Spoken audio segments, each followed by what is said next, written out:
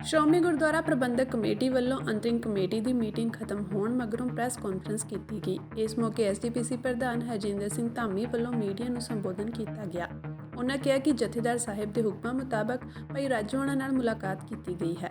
ਕੇਂਦਰ ਕੋਲ ਰਹਿਮ ਦੀ ਅਪੀਲ ਲੰਮੇ ਸਮੇਂ ਤੋਂ ਵਿਚਾਰ ਅਧੀਨ ਹੈ, ਪਰ ਇਸ ਨੂੰ ਵਿਚਾਰਿਆ ਨਾ ਜਾਣਾ ਬਹੁਤ ਮੰਦਭਾਗਾ ਹੈ।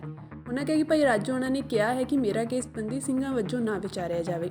ਉਨ੍ਹਾਂ ਦੱਸਿਆ ਕਿ ਐਸਜੀਪੀਸੀ ਵੱਲੋਂ 5 ਦਸੰਬਰ ਨੂੰ ਭੁੱਖ ਹੜਤਾਲ ਨਾ ਕਰਨ ਦੀ ਅਪੀਲ ਵੀ ਭਾਈ ਰਾਜੋਆਣਾ ਨੂੰ ਕੀਤੀ ਗਈ ਹੈ ਕਿ ਸੈਂਟਰ ਦੀ ਸਰਕਾਰ ਇਮਤਿਹਾਨ ਤੇ ਚੁੱਪ ਦਾ ਜਿਹੜਾ ਆ ਉਹ ਵੀ ਇੱਕ ਟੈਸਟ ਲੈਣ ਤੇ ਆ ਗਈ ਆ ਤੇ ਮੈਂ ਮਹਿਸੂਸ ਕਰਦਾ ਕਿ ਕਿੰਨਾ ਕੁ ਚਿਰ ਜਿਹੜਾ ਬੰਦਾ ਇੱਕ ਤਾਂ ਹੁੰਦਾ ਕੋਈ ਭੀਖ ਮੰਗਣੀ, ਇਹ ਠੀਕ ਹੈ, ਅਸੀਂ ਮਾਰਸੀ ਪਟੀਸ਼ਨ ਅਸੀਂ ਪਾਈ ਆ, ਭਾਈ ਰਾਜੋਆਣੇ ਨੇ ਨਹੀਂ ਪਾਈ, ਉਹਦਾ ਅੱਜ ਵੀ ਦਰੇੜਿਆ ਔਰ ਬੜੇ ਉਹਨੇ ਫਖਰ ਨਾਲ ਇਹ ਗੱਲ ਕਹੀ ਆ ਵੀ ਮੈਂ ਤਾਂ ਸ਼ਹੀਦੀ ਪਾਉਣੀ ਆ ਤੇ ਮੈਂ ਹੁਣ ਸ਼ਹੀਦੀ ਪਾਉਣ ਲਈ ਤਿਆਰ ਹਾਂ।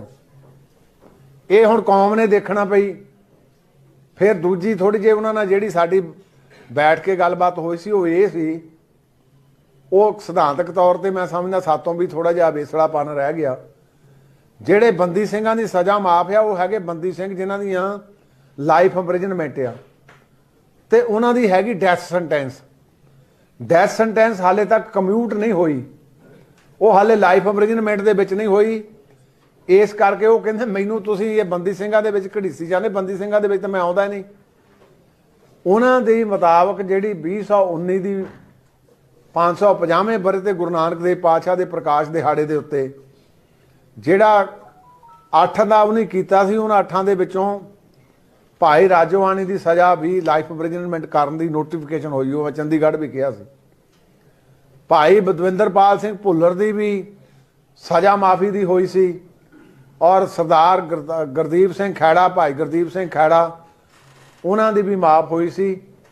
ਪਰ ਅਫਸੋਸ ਦੀ ਗੱਲ ਪਈ 4 ਸਾਲ ਬੀਤ ਜਾਣ ਤੋਂ ਬਾਅਦ 5ਵਾਂ ਸਾਲ ਸ਼ੁਰੂ ਹੋ ਚੱਲਾ ਔਰ ਉਹ ਉਸ ਸਥਾਨ ਤੇ ਹੋਈ ਜਿੱਥੋਂ ਸਤਿਗੁਰੂ ਜੀ ਨੇ ਸਮੁੱਚੀ ਮਨੁੱਖਤਾ ਦਾ ਤੇ ਇਸ ਮੁਲਕ ਦੀ ਆਜ਼ਾਦੀ ਦਾ ਸੰਘਰਸ਼ ਵੀ ਵਿੱਢਿਆ ਸੀ।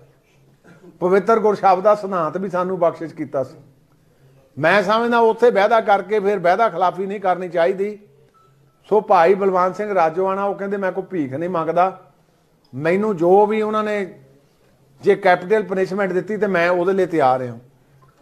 ਸੋ ਕਿਉਂਕਿ ਕੁਝ ਸਰੀਰ ਜਿਹੜੇ ਉਹ ਕੌਮ ਦਾ ਸਰਮਾਇਆ ਹੁੰਦੇ, ਉਹਨਾਂ ਕੌਮ ਦੇ ਸਰਮਾਇਆ ਦੇ ਵਿੱਚੋਂ ਭਾਈ ਰਾਜੋਆਣਾ ਵੀ ਆ।